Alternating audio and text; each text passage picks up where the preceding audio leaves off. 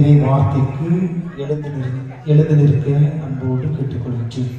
அனைவரும் இறை வார்த்தைக்கு செவிமடுக்க எழுந்து நிற்போம்.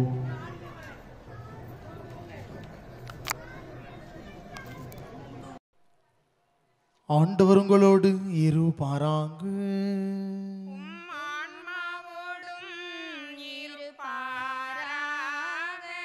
லூக்கா எழுதிய தூய நற்செய்தியிலிருந்து வாசகம்.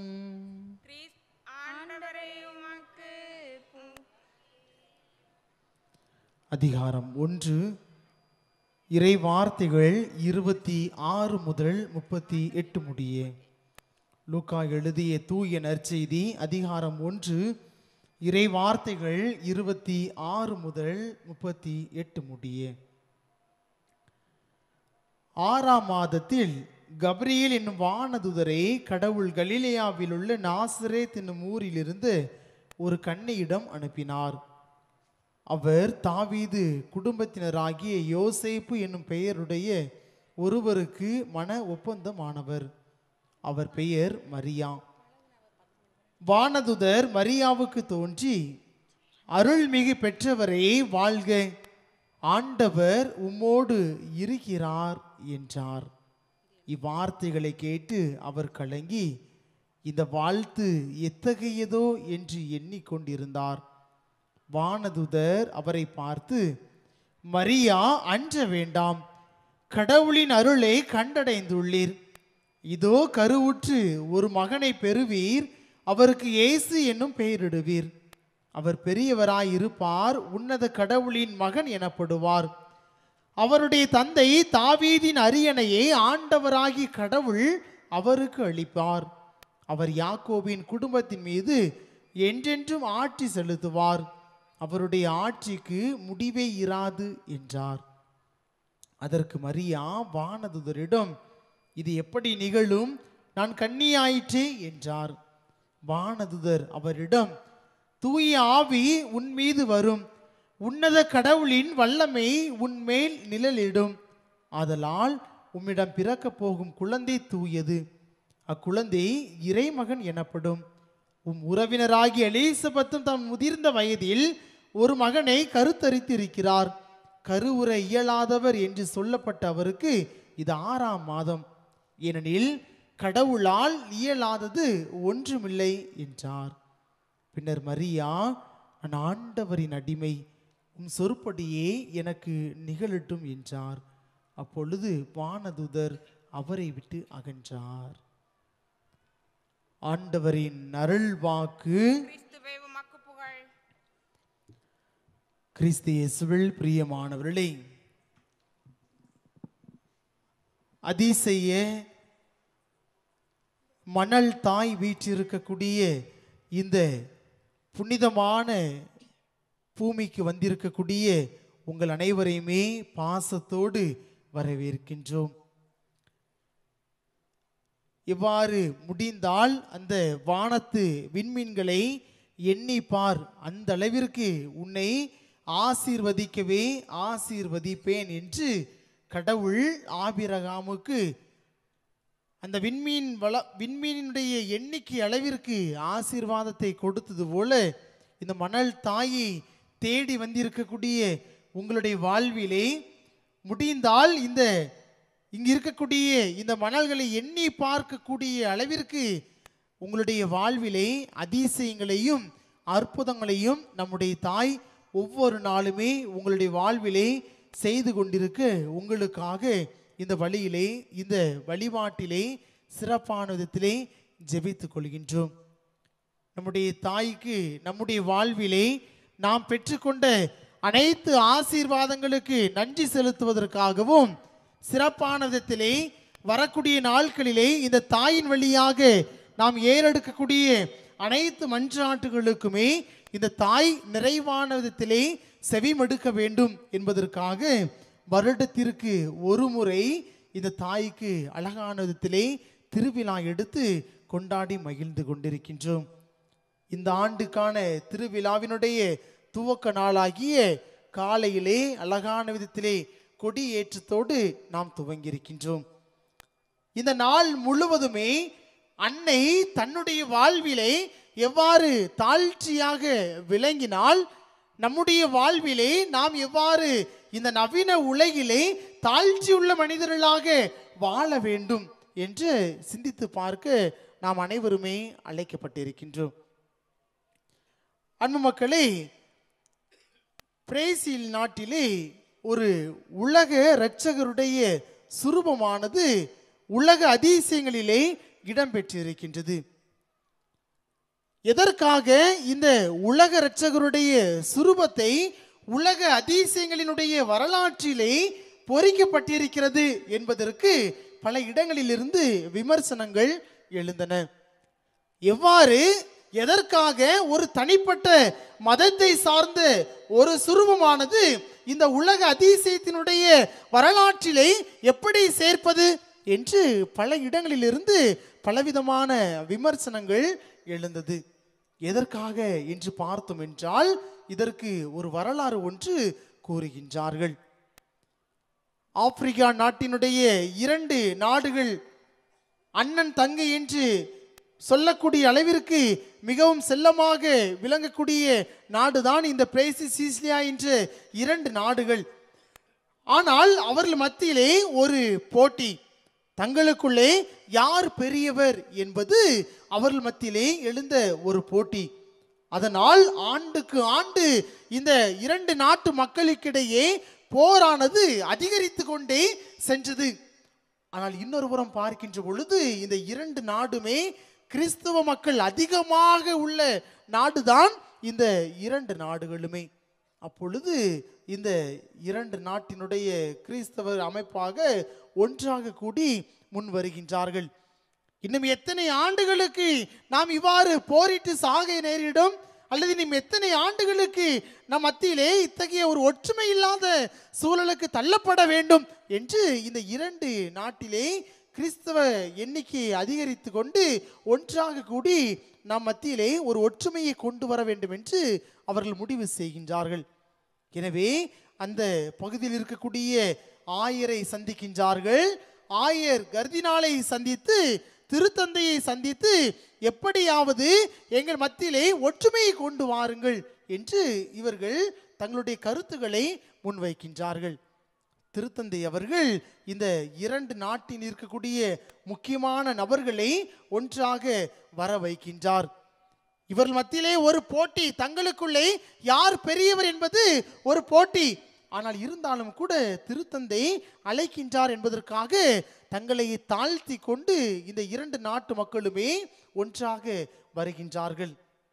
இந்த பிரேசில் நாட்டில் இருக்கக்கூடிய இந்த மலைப்பகுதியிலே ஒன்றாக சேருகின்றார்கள். வருகின்ற பொழுது பலவிதமான ஆயுதங்களோடு வருகின்றார்கள். அப்பொழுது இந்த திருத்தந்தை அவர்களுக்கு ஒரு கட்டளை இடுகின்றார். நீங்கள் கொண்டு வந்திருக்கக்கூடிய அனைத்து ஆயுதங்களையும் இந்த மலையடிவாரத்திலே தூக்கி எறிந்துவிட்டு ஒன்றாக இந்த என்னுடைய சன்னிதானத்திலே வாருங்கள் என்று அழைப்பு கூடுகின்றார். இந்த 2 நாட்டு முக்கியமான தலைவர்களும் ஒன்றாக வருகின்றார்கள். அப்பொழுது திருத்தந்தை அவர்கள் மத்தியிலே ஒரு ஒப்பந்தத்தை நீங்கள் எடுத்துக்கொள்ளுங்கள், ஒரு ஒப்பந்தத்தை செய்து கொள்ளுங்கள் என்று கூறுகின்றார். இந்த 2 நாட்டவருமே தங்களுக்குள்ளே ஒரு ஒப்பந்தத்தை செய்து கொள்கின்றார்கள். இதற்கு பிறகு இந்த உலகமே அழிந்தாலும் கூட எங்கள் மத்தியிலே இதை போன்ற ஒரு போட்டி பொறாமை இனி வராது. நாங்கள் அனைவருமே ஒரு தாய் வயிற்றின் பிள்ளைகள் என்ற உணர்வோடு எங்கள் வாழ்நாள் முழுவதுமே நாங்கள் வாழ்வோம் என்று அவர்கள் 2 நாட்டு மக்கள் மத்தியிலே ஒரு உடன்படிக்கையை செய்து கொள்கின்றார்கள். உடன்படிக்கையை செய்துவிட்டு அவர்கள் கொண்டு வந்திருந்த அந்த அனைத்து விதமான ஆயுதங்களையும் அவர்கள் எரிக்கின்றார்கள். அந்த ஆயுதங்களை எரிக்கின்ற பொழுது அதிலிருந்து வரக்கூடிய அந்த உலோகத்தை வைத்து அருமையான ஒரு சுரூபம் செய்கின்றார்கள். அதுதான் உலக இரட்சகருடைய சுரூபம். அந்த சுரூபத்தை அமைத்து அந்த மலையினுடைய உச்சியிலே அவர்கள் அமைத்துவிட்டு அங்கிருந்து சென்று விடுகின்றார்கள். எவ்வாறு இந்த மணல் தாயை பார்ப்பதற்காக பல மாநிலங்களிலிருந்து, பல மாவட்டங்களிலிருந்து மக்கள் சாரசாரையாக இந்த தாயை பார்ப்பதற்காக வருகின்றார்களோ, அதே போல யாரெல்லாம் இந்த உலக இரட்சகருடைய அந்த சுரூபத்தை பலவிதமான தேவைகள் வேண்டுதலோடு பார்க்கின்றார்களோ அவருடைய வாழ்விலே அந்த வேண்டுதல் நிறைவேற்றப்படும் என்பது கிறிஸ்தவ மக்கள் மத்தியில் மட்டுமல்ல, பல மதங்களை சார்ந்த மக்கள் மத்தியிலே இருக்கக்கூடிய ஒரு நம்பிக்கை. இன்று இந்த உலக இரட்சகருடைய சுரூபத்தை பார்ப்பதற்காக பிரேசில் நாட்டுக்கு மக்கள் செல்லக்கூடிய எண்ணிக்கையானது அதிகரித்து கொண்டே இருக்கின்றது. எனவேதான் அந்த நாடு இந்த உலக இரட்சகருடைய சுரூபத்தை உலக வரலாற்றிலே பொறிப்பதற்காக பரிசீலிக்கின்றார்கள். இன்று இந்த உலக இரட்சக சுரூபமானது உலக அதிசய வரலாற்றிலே இடம்பெற்றிருக்கின்றது. அன்மக்களே, எதற்காக இந்த வரலாறை கூறுகிறேன் என்று பார்க்கின்ற பொழுது, ஒரு தாழ்ச்சியுள்ள மனிதனை எந்த அளவிற்கு இந்த சமுதாயம் உயர்த்தி பிடிக்கும் அல்லது கடவுள் முன்னிலையிலே யார் தன்னை தாழ்த்துகின்றார்களோ அவர்களை கடவுள் எந்த அளவிற்கு உயர்த்துவார் என்பதற்கு இந்த நிகழ்வானது ஒரு சான்றாக அமைகின்றது. ஒரு காலகட்டத்திலே இந்த இரண்டு நாட்டு மக்களுமே தங்கள் மத்தியிலே ஒரு சண்டை சச்சரவோடு வாழ்கின்றார்கள். ஆனால் திருத்தந்தை அழைக்கின்றார் என்பதற்காக தங்களுக்குள்ளே தங்களை முழுமையாக தாழ்த்தி கொண்டதனால்தான் இன்று பிரேசில் நாடானது உலக வரலாற்றிலே பதிவு செய்யக்கூடிய அளவிற்கு வளர்ந்திருக்கிறது என்றால் அதற்கு ஒரே ஒரு காரணம், அந்த மக்கள் மத்தியில் இருக்கக்கூடிய இந்த தாழ்ச்சி என்ற பண்பு என்பது இந்த ஒரு நிகழ்வானது நமக்கு சுட்டி காட்டுகின்றது. அன்புமக்களே, இந்த சமுதாயத்தில் மட்டுமல்ல, விவிலியத்திலும் நாம் பார்க்கின்றோம். பலவிதமான உதாரணங்கள் இதற்கு சான்றாக அமைகின்றது. முதலாவதாக பார்க்கின்ற பொழுது, பழைய ஏற்பாட்டிலே கடவுள் இஸ்ராயல் மக்களை விடுவிப்பதற்கென்று பயன்படுத்திய கருவி இறைவாக்கினர் மோசே என்பது நாம் அனைவருமே அறிந்த ஒன்றுதான். மோசே இந்த இஸ்ராயல் மக்களை எகிப்தின் அடிமையிலிருந்து விடுவிக்கின்றார், கானான் தேசத்தை நோக்கி வழி நடத்துகின்றார். இஸ்ராயல் மக்கள் முழுமையாக அறிந்த ஒரே மனிதர் யார் என்றால் அது மோசேவாக மட்டும்தான் இருக்க முடியும். அப்படி என்றால் அந்த இஸ்ராயல் மக்களுக்கு கடவுளாக எண்பிக்கப்பட்ட ஒரே மனிதர் யார் என்றால் இந்த மோசே மட்டும்தான். ஆனால் மோசே தன்னை கடவுளாக அந்த இஸ்ராயல் மக்கள் மத்தியிலே காண்பித்தாரா என்றால் அது 100க்கு 100 கிடையாது. தான் ஒரு பணியாளன், தான் கடவுளினுடைய பணியை செய்வதற்காக வந்த ஒரு இறை தூதன் என்ற ஒரு எண்ணத்தில் மட்டும்தான் இந்த மோசே செயல்படுகின்றார். அதனால் தான் கடவுள் முன்னிலையிலே தன்னை தாழ்த்தியதனால்தான் அந்த மலையிலே கடவுளை முகமுகமாக சந்திக்கக்கூடிய ஒரு வாய்ப்பினை இந்த மோசே பெற்றார் என்று விடுதலை பயண நூல் நமக்கு கற்றுக் கொடுக்கக்கூடிய ஒரு பாடமாக இருக்கின்றது.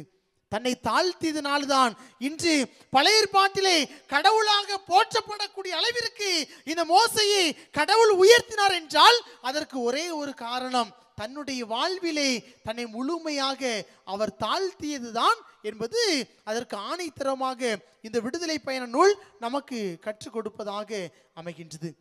அதே போலதான் புதிய ஏற்பாட்டில் கூட நாம் பார்க்கக்கூடிய ஒரு சிறந்த ஒரு மனிதர் என்றால் திருமுழுக்கு யோவான். திருமுழுக்கு யோவானினுடைய வாழ்வை பற்றி நாம் அனைவருமே அறிந்திருப்போம். பழைய ஏற்பாட்டிலே கடவுளை சுட்டி காட்டுவதற்கு எவ்வாறு மோசே வந்தாரோ அதே போல புதிய ஏற்பாட்டிலே இயேசுவை சுட்டி காட்டுவதற்கென்று தேர்வு செய்யப்பட்ட ஒரு சிறந்த கருவி என்றால் அது திருமுழுக்கு யோவான்.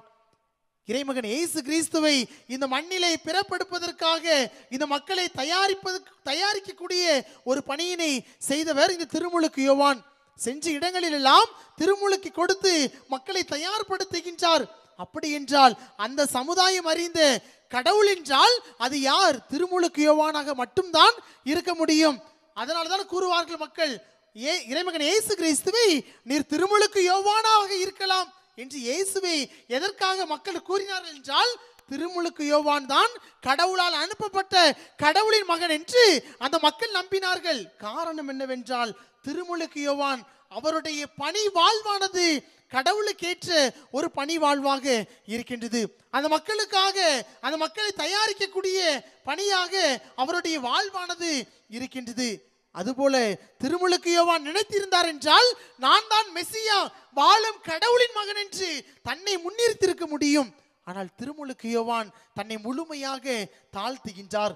அவருடைய மிதியடிவாரை அவிழ்க்க கூட எனக்கு தகுதி இல்லை என்று அவர் தன்னை தாழ்த்தியதனால்தான் இன்று திருச்சபை வரலாற்றிலே எத்தனையோ புனிதர்கள் வாழ்ந்து பிறந்து வாழ்ந்து இறந்திருக்கின்றார்கள். ஆனால் எந்த புனிதருக்குமே அவர்களுடைய பிறப்பு விழாவை பெருவிழாவாக கொண்டாட திருச்சபை அழைப்பு விடுக்கவில்லை. ஆனால் திருமுழுக்கு யோவானினுடைய பிறப்பை பெருவிழாவாக கொண்டாட திருச்சபை அழைக்கிறது என்றால் ஒரே ஒரு காரணம், அவர் தன்னை முழுமையாக தாழ்த்தியது என்பது அவருடைய வாழ்க்கை வரலாறு நமக்கு கற்றுக் கொடுக்கக்கூடிய ஒரு பாடமாக இருக்கின்றது. அன்பர்களே, இந்த சமுதாயம் மட்டுமல்ல, விவிலியம் நமக்கு சான்றாக அமைகின்றது. பல மனிதர்கள், பல இறைவாக்கினர்கள் கடவுள் முன்னிலையிலே தங்களை தாழ்த்தியதனால்தான் ஒரு பெரிய இறைவாக்கினராக மாறும் புனிதர்களாக வாழ்ந்திருக்கின்றார்கள் என்று விவிலியம் நமக்கு சான்று பகர்கின்றது. அப்படி பார்க்கின்ற பொழுது நம்முடைய தாய், நம்முடைய மணல் தாய் எவ்வாறு தாழ்ச்சியினுடைய மறு உருவமாக இருக்கின்றாள், அன்னை மரியாள் எவ்வாறு தாழ்ச்சியினுடைய ஒரு சிகரமாக விளங்குகின்றாள் என்று ஒரு சில துளிகள் நாம் சிந்தித்து பார்க்க வேண்டும். அப்படி பார்க்கின்ற பொழுது அன்னை மரியாளினுடைய வாழ்விலை விளங்கிய 3 பண்புகள் தான் அன்னை மரியாள் தாழ்ச்சியினுடைய சிகரமாக இருப்பதற்கு தூண்டுதலாக இருந்தது என்று அன்னையினுடைய வாழ்க்கை வரலாறு நமக்கு கற்றுக் கொடுக்கின்றது. முதலாவதாக பார்க்கின்ற பொழுது இந்த தாய் அன்பு செய்வதன் வழியாக தாழ்ச்சியினுடைய சிகரமாக இருக்கின்றாள்.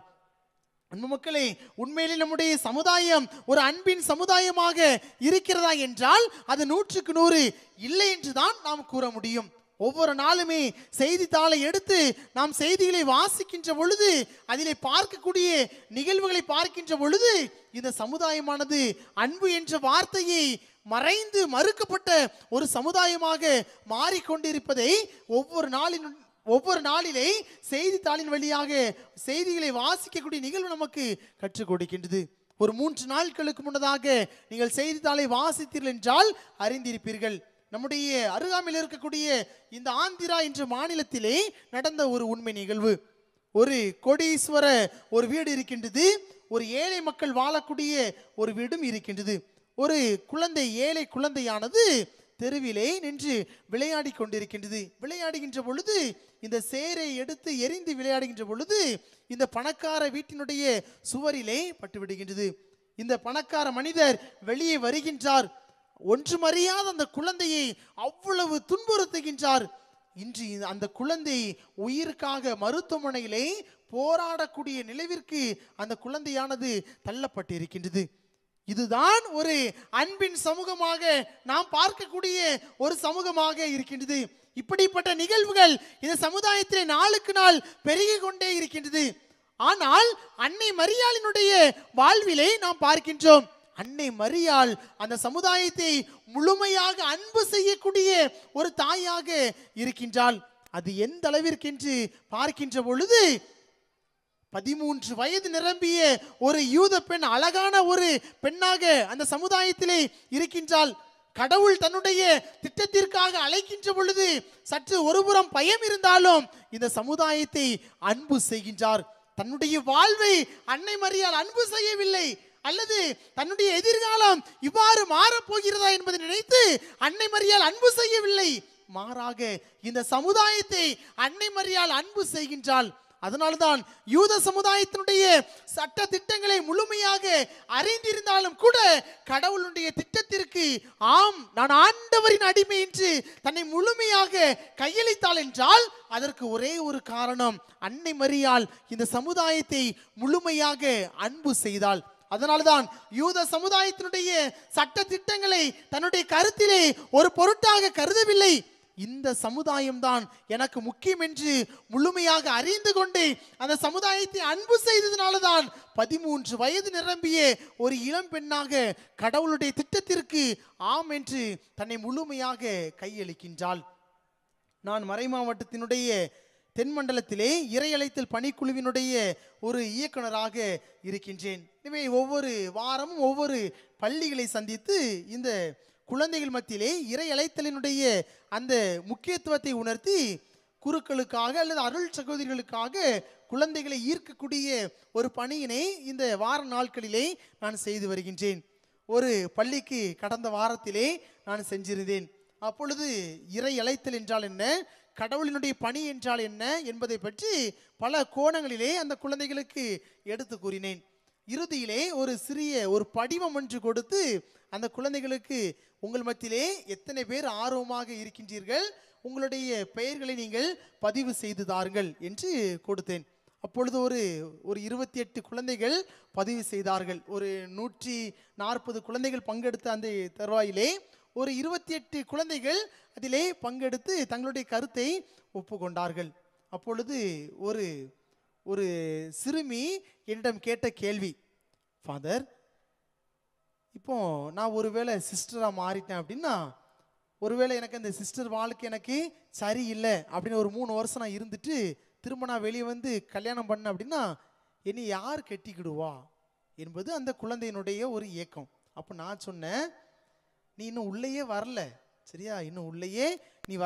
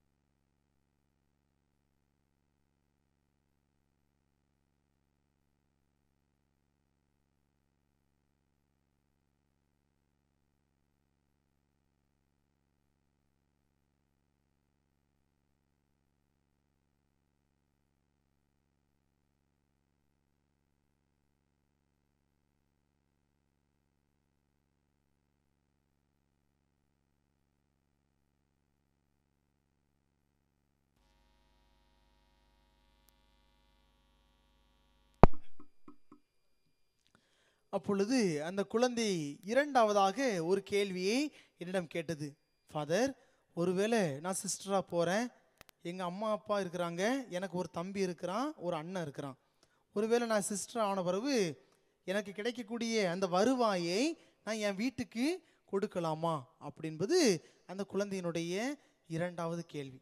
அப்போ நான் அந்த குழந்தைகிட்ட கேட்டேன், நீ எத்தனை வகுப்பு படிக்கிறா அப்படின்னு. மூணாவதா அந்த குழந்தை கேட்குற முன்னாலதாகவே நான் எத்தனை வகுப்பு படிக்கிறேன் அப்படிங்கிற கேள்வியை நான் கேட்டேன். நான் 6ஆம் வகுப்பு படிக்கிறேன் ஃபாதர் அப்படின்னு அந்த குழந்தை சொல்லிச்சு.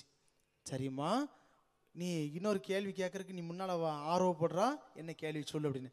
அப்போ ஃபாதர், நான் பக்கத்து வீட்டில் இருக்கக்கூடிய ஒரு பையனை நான் அன்பு செய்கிறேன் ஃபாதர், நான் வர முடியுமா என்பது அந்த குழந்தையினுடைய ஒரு கேள்வி. அன்பு மக்களே, எதற்காக கூறுகிறேன் என்றால், ஒரு 6ஆம் வகுப்பு படிக்கக்கூடிய ஒரு குழந்தை இந்த சமுதாயத்தின் மீது எந்த அளவிற்கு அக்கறை கொண்டிருக்கின்றது, ஆனால் இந்த சமுதாயத்தை அன்பு செய்கிறதா என்றால் அது ஒரு கேள்விக்குறியாக இருக்கின்றது. ஆனால் 13 வயது நிரம்பிய அன்னை மரியாளுக்கும் இதே போல ஒரு ஏக்கம் இருந்ததா என்றால் அது இருந்திருக்கும்.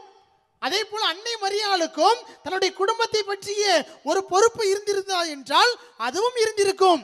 ஆனால் எல்லாவற்றையுமே விட்டுவிட்டு அன்னை மரியாள் இந்த சமுதாயத்தை முழுமையாக அன்பு செய்ததனால்தான் தான் ஆண்டவரின் அடிமை, உம் சொற்படி எனக்கு ஆகட்டும் என்று தன்னை அர்ப்பணிப்பதற்கு அது அவளுடைய வாழ்விலே ஒரு ஊன்றுகோலாக இருந்தது. அதுதான் அவளுடைய வாழ்விலே தன்னை முழுமையாக கடவுள் முன்னிலையிலே தாழ்த்துவதற்கு ஒரு சான்றாக இருந்தது என்று அன்னையினுடைய வாழ்க்கை வரலாறு நமக்கு கூறுகின்றது. அன்பு மக்களே, அப்படிப்பட்ட தாயை பார்ப்பதற்காக, தாயிடமிருந்து ஆசீர்வாதத்தை பெறுவதற்காக வந்திருக்கக்கூடிய நம்முடைய வாழ்விலே நாம் ஒருவர் மற்றவரை முழுமையாக அன்பு செய்கிறோமா என்று இன்றைய நாளிலே நாம் சிந்தித்து பார்க்க வேண்டும். ஆலயத்தில் இருக்கின்ற பொழுது மட்டும் நாம் புனிதர்களாக காண்பித்து விட்டு ஆலயத்தை விட்டு வெளியே சென்று நாம் ஒரு பரிசேயர்களாக நாம் வாழ்ந்தோம் என்றால் எப்படி இந்த தாயிடமிருந்து ஆசீர்வாதத்தை பெற முடியும்? எப்பொழுதுமே நாம் அன்பின் சிகரங்களாக வாழுகின்ற பொழுது இந்த அன்னை மரியாளிடமிருந்து நிறைவான ஆசீர்வாதத்தை நாம் பெற்றுக்கொள்ள முடியும். இரண்டாவதாக பார்க்கின்ற பொழுது இந்த அன்னை மரியாளிடம் விளங்கிய இந்த அக்கறை என்ற ஒரு பண்புதான் அன்னை மரியாளுடைய வாழ்விலே தாழ்ச்சியின் சிகரமாக இருப்பதற்கு தூண்டுதலாக இருந்தது. உண்மையிலே நம்முடைய சமுதாயமானது ஒரு அக்கறை நிறைந்த ஒரு சமுதாயமா என்றால் அது ஒரு மிகப்பெரிய கேள்விக்குறியாக இருக்கின்றது. ஒரு மனிதர் 4 சக்கர வாகனத்திலே பயணித்துக் கொண்டிருக்கின்றார். அப்பொழுது இந்த சாலையிலே சிக்னல் விழுகின்றது. அந்த சிக்னலிலே அவர் அங்கு வெயிட் பண்ணி கொண்டு இருக்கின்றார். அப்பொழுது தற்பொழுது நம்முடைய சமுதாயத்திலே நாம் இந்த சிக்னலிலே நாம் அங்கு காலந்தாழ்த்தி கொண்டிருக்கின்ற பொழுது முடியாத அல்லது இயலாத குழந்தைகள் பெரியவர்கள் நம்மிடம் தானம் தர்மம் கேட்டு வருவது போல ஒரு குழந்தை இந்த காரினுடைய இந்த 4 சக்கர வாகனத்தினுடைய கண்ணாடியை தட்டுகின்றது. அப்பொழுது இந்த காருக்குள் இருந்த இந்த பெரிய மனிதர் அந்த கண்ணாடியை இறக்குகின்றார். இறக்கி அந்த குழந்தை கேட்கின்றது, ஐயா, நான் சாப்பிட்டு 3 நாட்கள் ஆகிறது, எனக்கு சாப்பிட்றதுக்கு ஏதாவது இருந்தா நீங்க தாங்க அப்படின்னு அந்த குழந்தை கேட்கின்றது. இந்த பெரியவர் அந்த குழந்தையை தன்னுடைய காரிலே ஏற்றி கொண்டு அவர் தன்னுடைய இல்லத்திற்கு அழைத்து செல்கின்றார். இல்லத்திற்கு சென்று அந்த குழந்தைக்கு தேவையான நல்ல ஒரு அறுசுவை உணவை கொடுக்கின்றார்.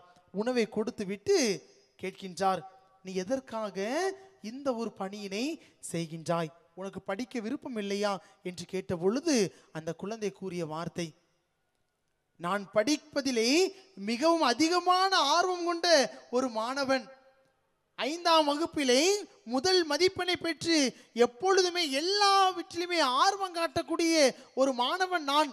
ஆனால் என்னுடைய குடும்ப சூழல் என்னை இத்தகைய ஒரு இக்கட்டான ஒரு தருவாய்க்கு என்னை தள்ளிவிட்டது என்று இந்த குழந்தை அந்த பெரியவரை பார்த்து கூறுகின்றது. அப்பொழுது அந்த பெரியவர் கேட்கின்றார், உன்னுடைய குடும்பத்தில் யார் யாரெல்லாம் இருக்கின்றார்கள்? கடவுள் எனக்கென்று அன்பான ஒரு தந்தையை கொடுத்தார், பாசமான ஒரு தாயை கொடுத்தார். ஆனால் அந்த தந்தை ஒரு 3 மாதங்களுக்கு முன்னதாக இறந்து விட்டார். என்னுடைய தாய் 2 கண் பார்வையும் இழந்த ஒரு தாய். எனக்கு ஒரு தங்கை ஒருத்தி இருக்கின்றாள். என்னுடைய தங்கையும் என்னுடைய தாயினுடைய வயிற்றை பசியை போக்குவதற்காகத்தான் நான் இந்த பணியை செய்கிறேன் என்று இந்த குழந்தை கூறுகின்றது. இந்த பெரியவர் மனம் நொந்து அழுது அவர் கூறுகின்றார், நீ பயப்படாதே, உன்னை நான் படிக்க வைக்கின்றேன். உன்னுடைய தாய்க்கு என்னுடைய மருத்துவமனையிலே சேர்த்து இலவச சிகிச்சை கொடுத்து மீண்டும் கண் பார்வையை நான் கொடுக்கின்றேன்.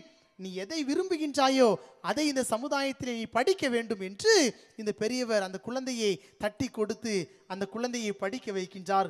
பள்ளி படிப்பை அந்த குழந்தை முடிக்கின்றது. அடுத்ததாக மருத்துவ கல்லூரி, இந்த பெரியவரினுடைய மருத்துவ கல்லூரியிலே சேர்ந்து இந்த குழந்தை படிக்கின்றது. ஒரு சிறந்த ஒரு மருத்துவராக மாறுகின்றார். ஒரு சில வாரங்களுக்கு முன்னதாக இந்த அகரம் நிகழ்ச்சியை பற்றி நாம் அனைவருமே அறிந்திருப்போம்.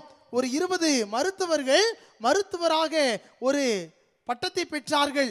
இந்த 20 மருத்துவர்களாக பட்டத்தை பெறுவதற்கு பயிற்றுவித்த மருத்துவர் பேராசிரியர் யார் என்றால் இந்த ஒரு குழந்தை.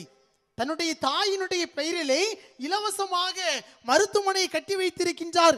இந்த சமுதாயத்திலே யாருமே மருத்துவ வசதியை பெற முடியாமல் இறக்கக்கூடாது என்பதற்காக தன்னுடைய தாயினுடைய பெயரிலே இலவச மருத்துவமனையை கட்டி கொடுத்திருக்கின்றார். எங்கெல்லாம் ஏழை எளிய மக்கள் வாழ்கின்றார்களோ அவர்களுக்கு உதவி செய்வதற்காக தானாகவே முன்வந்து உதவி செய்கின்றார் இந்த ஒரு குழந்தை. அவர் யார் என்றால் ஆந்திரா மாநிலத்திலே உதித்த அர்ஜுன் என்ற ஒரு மருத்துவர். இந்த பெரியவர் யார் என்றால் ஒரு சில மாதங்களுக்கு முன்னதாக இறந்த உலக பணக்காரர் வரிசையிலே இடம்பெறாத ஒரு மனிதர் ரத்தன் டாடா. அன்று அந்த ரத்தன் டாடா ஒருவேளை இந்த மனிதர் மீது இந்த குழந்தை மீது அக்கறை செலுத்தாமல் இருந்திருந்தார் என்றால் இன்று இப்படிப்பட்ட ஒரு மருத்துவரை நாம் இழந்திருப்போம். அதே போல இத்தகைய 20 மருத்துவர்களை உருவாக்கக்கூடிய ஒரு மாமனிதரை இந்த சமுதாயம் இழந்திருக்கும். ஒரே ஒரு காரணம், இந்த மனிதர் அந்த குழந்தை மீது அக்கறை காட்டியதனால்தான் இன்று இப்படிப்பட்ட ஒரு சமுதாயத்திலே இப்படிப்பட்ட கரிசனை கொண்ட ஒரு உள்ளத்தையும் பார்க்க முடிகின்றது. அதே போலதான் நம்முடைய தாய் அன்னை மரியாளினுடைய வாழ்விலை நாம் பார்க்கின்றோம். அன்னை மரியாள் அந்த சமுதாயத்தின் மீது முழுமையான அக்கறை கொண்டிருந்தார். அது எந்த அளவிற்கு என்று பார்த்தோம் என்றால், எலிசபெத் அம்மாளுக்கு உதவி செய்யக்கூடிய அந்த நிகழ்வு ஒரு சான்றாக இருக்கின்றது. முடியாதவள் என்று எல்லோருமே ஒதுக்கிய எலிசபெத் அம்மாள் கருவுற்றிருக்கிறாள் என்று அறிந்ததுமே அன்னை மரியாள் எலிசபெத் அம்மாளுக்கு உதவி செய்வதற்காக விரைந்து செல்கின்றாள். அன்னை மரியாளினுடைய ஊர் நாசரேத். எலிசபெத் அம்மாள் தங்கியிருந்த ஊர் ஐயங்கரி என்று விவிலிய ஆசிரியர்கள் கூறுகின்றார்கள். இந்த நாசரேத்தில் இருந்து இந்த ஐயங்கரிக்கு செல்ல வேண்டும் என்றால் 73 மைல் தூரம் செல்ல வேண்டும். அன்னை மரியாளும் கருவுற்றிருக்கின்றாள், எலிசபெத் அம்மாள் கருவுற்றிருக்கிறாள் என்று அறிந்த உடனே அன்னை மரியாள் விரைந்து எலிசபெத் அம்மாளுக்கு உதவி செய்வதற்காக விரைந்து செல்கின்றாள். காரணம், அன்னை மரியாள் அடுத்தவர்களை எப்பொழுதுமே அக்கறை கொள்ளக்கூடிய ஒரு தாயாக இருப்பதனால்தான் எலிசபெத் அம்மாளுக்கு உதவி செய்ய விரைந்து சென்றாள் என்று லூக்கா நற்செய்தி நமக்கு சுட்டி காட்டுகின்றது. எல்லாவற்றிற்கும் மேலாக கானா ஒரு திருமண விருந்தை பற்றி நாம் அனைவருமே அறிந்திருப்போம். வந்தவர்கள் அனைவருமே வயிறார உண்பதிலே குறிக்கோளாக இருக்கின்றார்கள். ஆனால் அன்னை மரியாள் அந்த குடும்பத்தின் மீது தன்னுடைய அக்கறையை பதிவு செய்கின்றார். அதுதான் அங்கு தன்னுடைய மகன் இறைமகன் இயேசு கிறிஸ்து முதல் புதுமை செய்வதற்கு தூண்டுதலாக இருந்தது என்று யோவான் நற்செய்தி நூல் நமக்கு கற்றுக் கொடுக்கக்கூடிய ஒரு பாடமாக இருக்கின்றது. இன்னும் பல உதாரணங்கள் அன்னை மரியாளினுடைய வாழ்விலே நடந்திருக்கின்றது. ஆனால் விவிலியம் நமக்கு சான்றாக கொடுப்பது ஒரு சில நிகழ்வுகள். இப்படி அன்னை மரியாள் அந்த சமுதாயத்தின் மீது அக்கறை கொண்டதனால்தான் அன்னை மரியாள் தன்னுடைய வாழ்விலே தாழ்ச்சியுள்ள தாயாக இருப்பதற்கு சான்றாக இருந்தது என்று அன்னை மரியாளினுடைய வாழ்க்கை வரலாறு நமக்கு கற்றுக் கொடுக்கின்றது. அப்படிப்பட்ட தாயை தேடி வந்திருக்கக்கூடிய நம்முடைய வாழ்விலே நாம் மற்றவர்கள் மீது அக்கறை கொண்ட மனிதர்களாக நாம் இருக்கிறோமா என்று சிந்தித்து பார்க்க வேண்டும். பக்கத்து வீட்டுக்காரன் ஒரு ஜான் சோவரை வெளியே நீட்டிட்டான் அப்படின்னா என்ன பண்ணுவோம்? அவனுக்கு எப்படிலாம் அவனை கொல்லலாம் அப்படிங்கிறதா நம்ம பார்ப்போம். அல்லது நம்மளோடு படிக்கக்கூடிய ஒரு குழந்தை ஏதாவது ஒரு போட்டி மாவட்ட அளவில் அல்லது மாநில அளவில் பரிசு பெற்றது அப்படின்னா நம்ம தட்டி கொடுப்போமா அப்படின்னா அதுவும் கிடையாது. அந்த குழந்தைய அடுத்த நேரம் எப்படி தட்டி கவிழ்க்கலாம் அப்படின்னு தான் இந்த சமுதாயம் மாறிக்கொண்டிருக்கின்றது. அதே போல பக்கத்து வீட்டுக்காரன் பால் காய்க்கிறான், அப்ப நம்ம என்ன போய் சந்தோஷமா போய் அவனை வாழ்த்துவோம் அப்படின்னா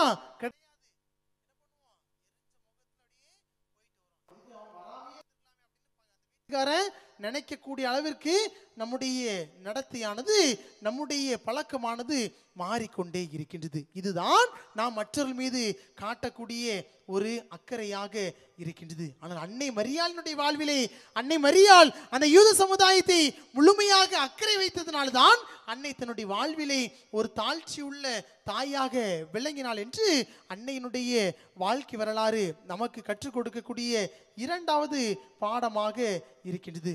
மூன்றாவதாக பார்க்கின்ற பொழுது அன்னையினுடைய வாழ்விலே அரவணைக்கக்கூடிய ஒரு பண்பு அதிகமாக இருந்தது.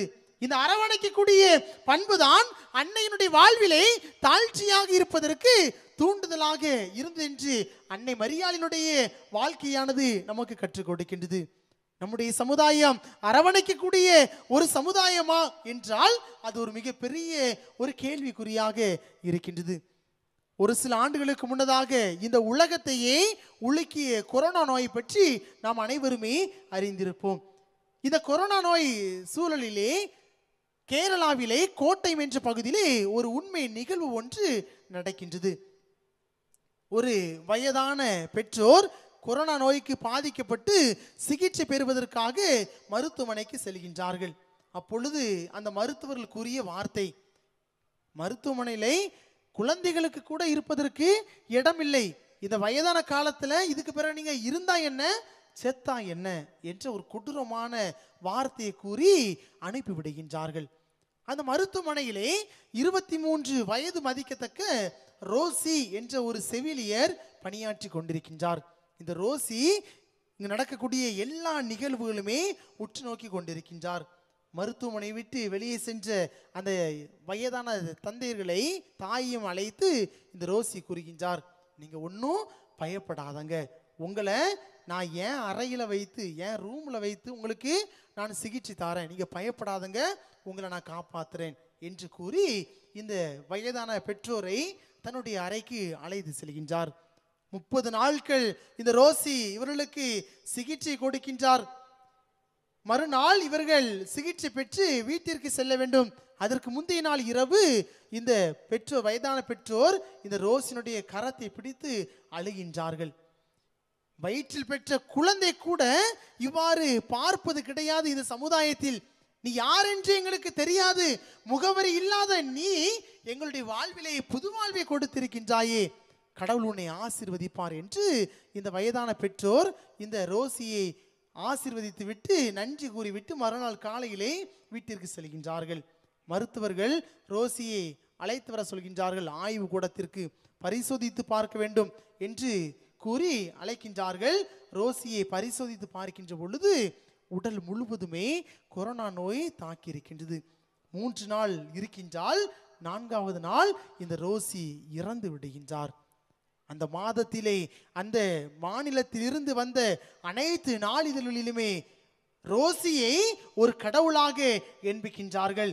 இந்த சமுதாயத்திலே கடவுள் என்று ஒருவர் இருந்தார் என்றால் அது ரோசியாக தான் இருக்க முடியும்.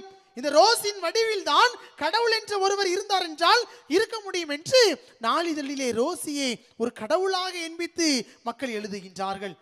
காரணம் என்னவென்றால் இந்த ரோசி அந்த 2 பெற்றோர்களை அரவணைத்ததனால்தான் ஒரு கடவுள் நிலைக்கு உயர்த்தப்பட்டாள் என்று இந்த நிகழ்வு நமக்கு கற்றுக் கொடுக்கின்றது. அன்பு மக்களே, அன்னை மரியாளினுடைய வாழ்வில் கூட பார்க்கின்றோம். அன்னை மரியாள் தன்னுடைய வாழ்நாள் முழுவதுமே அடுத்தவர்களை அரவணைப்பதிலே குறிக்கோளாக இருக்கின்றார். அதற்கு ஒரு சிறந்த உதாரணம் தான் திருத்தூதர் பணிகள் நூலிலே நாம் வாசிக்கக்கூடிய ஒரு உண்மை சம்பவம். இறைமகன் இயேசு கிறிஸ்து இறந்து விடுகின்றார்.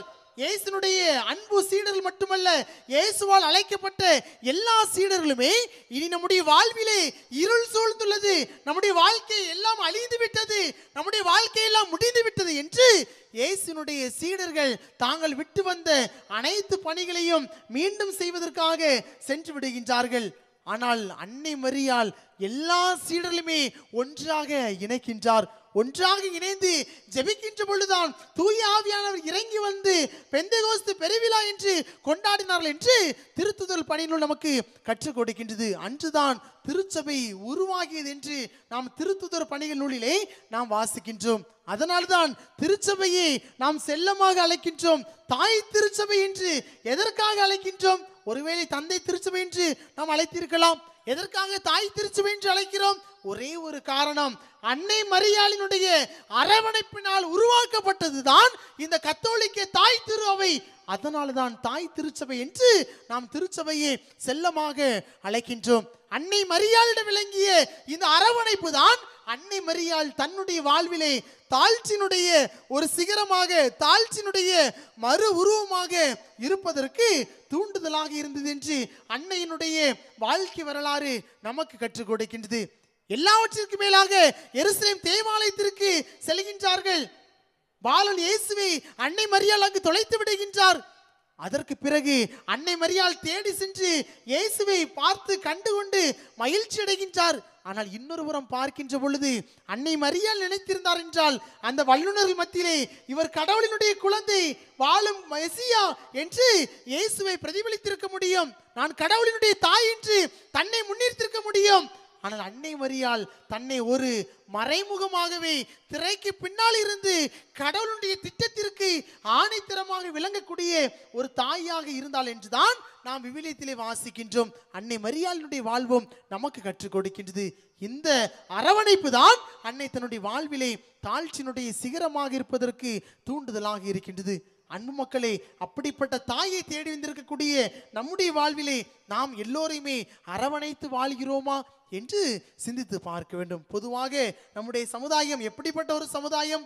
வலியவனுக்கு ஒரு நியாயம், எளியவனுக்கு ஒரு நியாயம், இருப்பவனுக்கு ஒரு நியாயம், இல்லாதவனுக்கு ஒரு நியாயம். அப்படிப்பட்ட சமுதாயத்தில் தான் நானும் நீங்களும் பயணித்துக் கொண்டிருக்கின்றோம். அது மட்டுமல்லாமல் அன்பிய கூட்டங்களில் எடுத்துக்கொள்வோம். ஒருவேளை இன்று இந்த வழிபாடு அன்பியும் சிறப்பிக்க வேண்டும் என்றால் நமக்கு சொந்தக்காரங்க இருந்தாங்க அப்படின்னா முன்னுரை நீங்க வாசிங்க. ஒரு வருஷமா நீங்களே தான் அந்த அக்கா தான் மேலே ஏறி ஏறி இறங்குவாங்க. இதுதான் நாம் காட்டக்கூடிய ஒரு அரவணைப்பா இருக்குது. ஒருவேளை ஏதாவது ஒரு இயக்க கூட்டங்களாக இருக்கட்டும், அந்த இயக்க கூட்டத்துக்கு தினமும் வர வேண்டும், வரவில்லை என்றால் உங்களுக்கு ஃபைன் விதிக்கப்படும் என்று கூறுவதாக இருக்கட்டும்.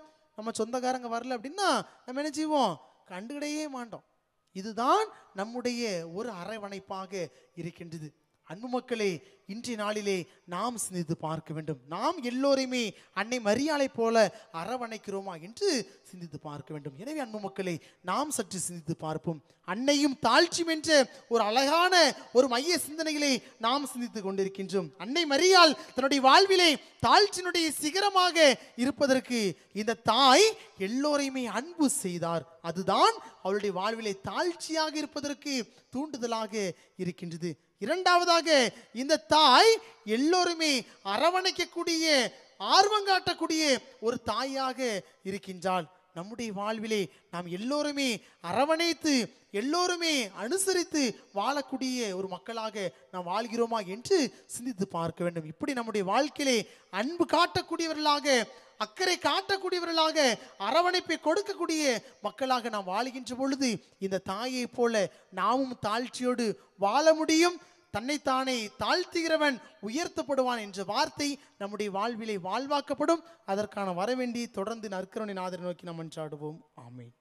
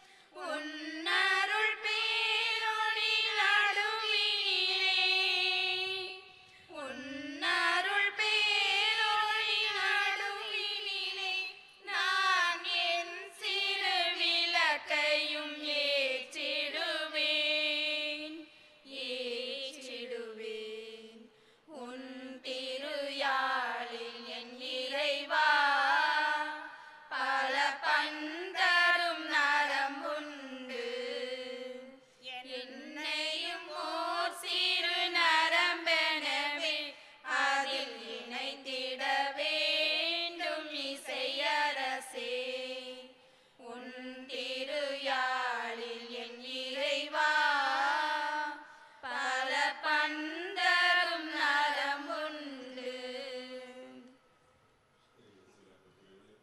நம் மத்தியிலே வீற்றிருக்கின்ற நம் ஆண்டவர் நற்கருணை ஆண்டவர் நமக்காக 24 மணி நேரமும் காத்திருக்கக்கூடியவர்.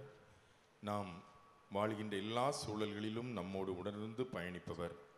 உடலோடும் ஆன்மாவோடும் இருக்கின்ற நற்கருணை ஆண்டவரை உற்று பார்ப்போம். இந்த நற்கருணை ஆண்டவரை ஈன்றெடுத்த நம்முடைய அதிசய மணல் தாயினுடைய திருத்தலத்திலே நாம் அனைவரும் இந்த நற்கருணை ஆண்டவருடைய பிரசன்னத்திலே அரவணைப்பிலே நாம் இருக்கிறோம் என்பதை உணர்வோம். பல்வேறு விதமான தேவைகள், ஏக்கங்கள், எதிர்பார்ப்புகளோடு நாம் இந்த திருத்தலத்திற்கு வந்திருக்கின்றோம். இவருக்கு சித்தமானால் அவைகளை கொடுத்து நம்மை ஆசீர்வதிக்கும்படியாக மன்றாடுவோம். நம்முடைய தேவைகள், நம்முடைய குடும்பத்தினருடைய தேவைகள், நம்முடைய நண்பர்கள், ஏன் நம்முடைய எதிரிகள் என்று கூட கருதப்படுபவர்கள் அத்தனை பேரையும் ஒப்பு கொடுத்து ஜெபிப்போம். யாரெல்லாம் நம்முடைய ஜெப உதவியை கேட்டு இந்த திருத்தலத்திற்கு சொன்னார்களோ அவர்களையும் நாம் நினைவுர்ந்து அவர்களுக்காக மன்றாடுவோம். நோயிற்றிருக்கின்ற நம்முடைய பெற்றோர், உற்றார், உறவினர்கள், நண்பர்கள், கடன் தொல்லையினால் கஷ்டப்பட்டு கொண்டிருக்கிற நம்முடைய பெற்றோர்கள், பிள்ளைகள், நண்பர்கள், அண்டை வீட்டார்கள், நம்முடைய உற்றார் உறவினர்கள், வரனுக்காக காத்திருக்கக்கூடிய நபர்கள், குழந்தை செல்வத்திற்காக காத்திருக்கிறவர்கள், பல்வேறு விதமான தேவைகளுக்காக, வேலை வாய்ப்புகளுக்காக, படிப்பிற்காக காத்து கொண்டிருக்கக்கூடியவர்கள் அத்தனை பேரையும் ஒப்பு கொடுத்து நாம் ஜெபிப்போம். நற்கருணை ஆண்டவரை, எங்களுக்காக எப்பொழுதும் இருக்கக்கூடியவரை, உலகம் முடியும் வரை என்னாலும் உங்களுடனிருந்து நான் உங்களை வழிநடத்துவேன் என்று சொன்னவரை, நம்பிக்கையோடு நாங்கள் நிலையில் மௌனமாக சமர்ப்பித்த மன்றாட்டுகளை கேட்டு உமக்கு சித்தம்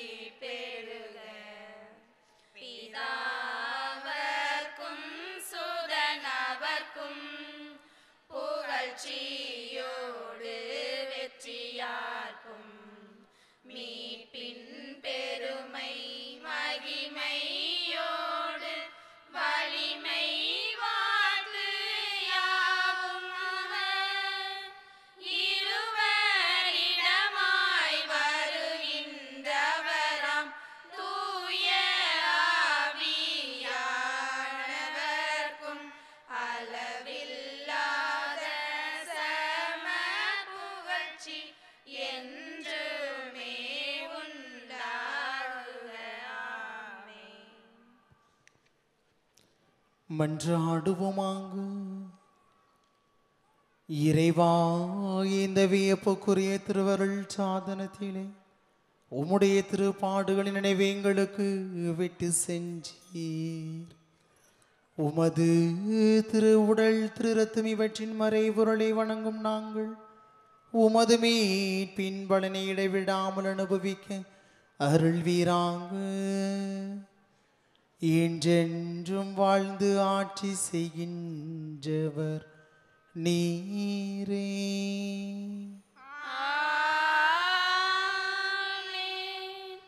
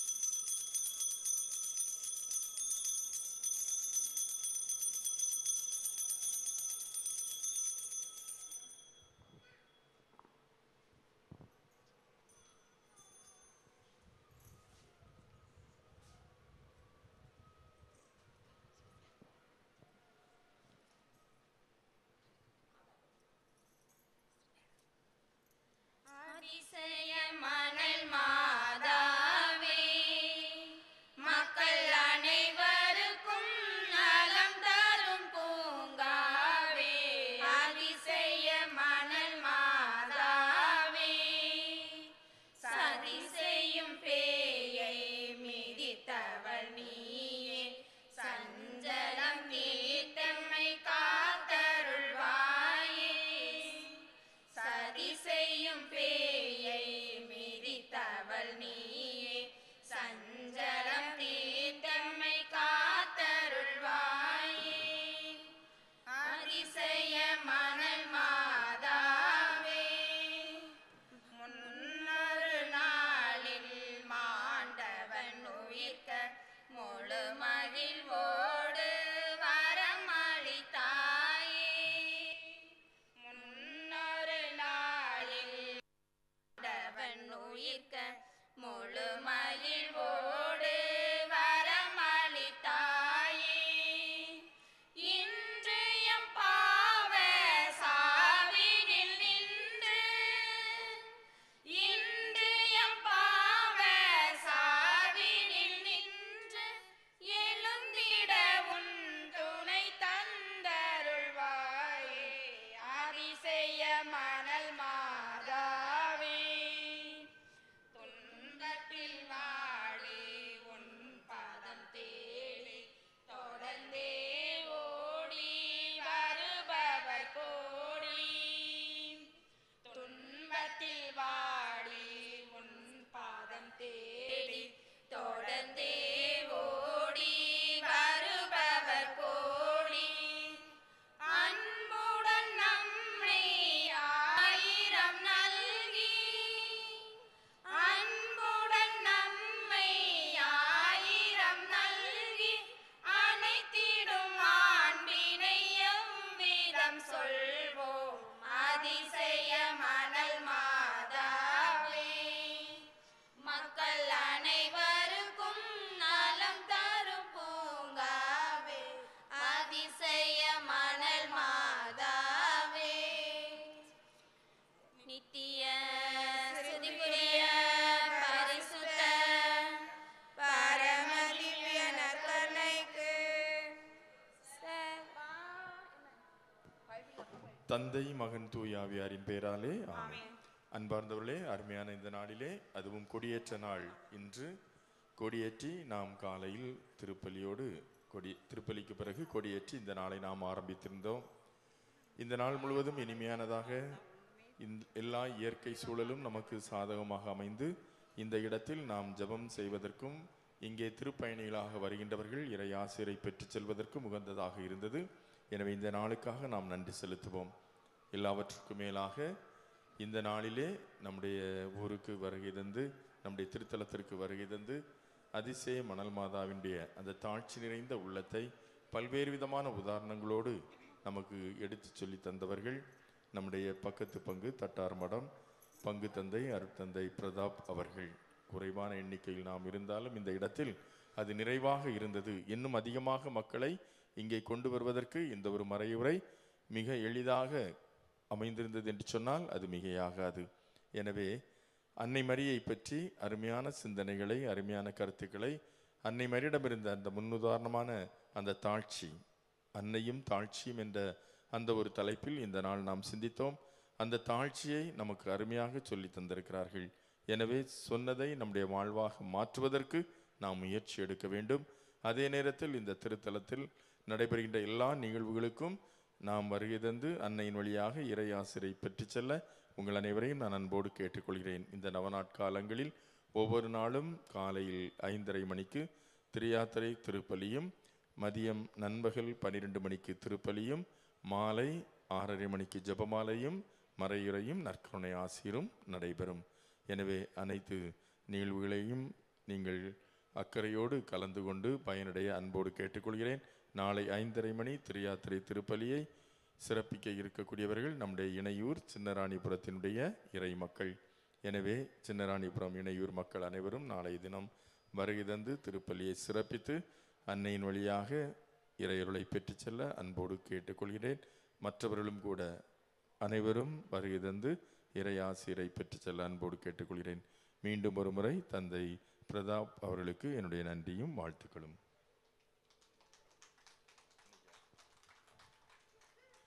இப்பொழுது உடனடியாக ஒரு அரை மணி நேரம் கலை நிகழ்ச்சிகள் சின்னராணிபுரம் இறை மக்களால் கொடுக்கப்படுகிறது. அந்த நிகழ்ச்சியிலும் கலந்து கொள்ள உங்கள் அனைவரையும் நான் அன்போடு கேட்டுக்கொள்கின்றேன்.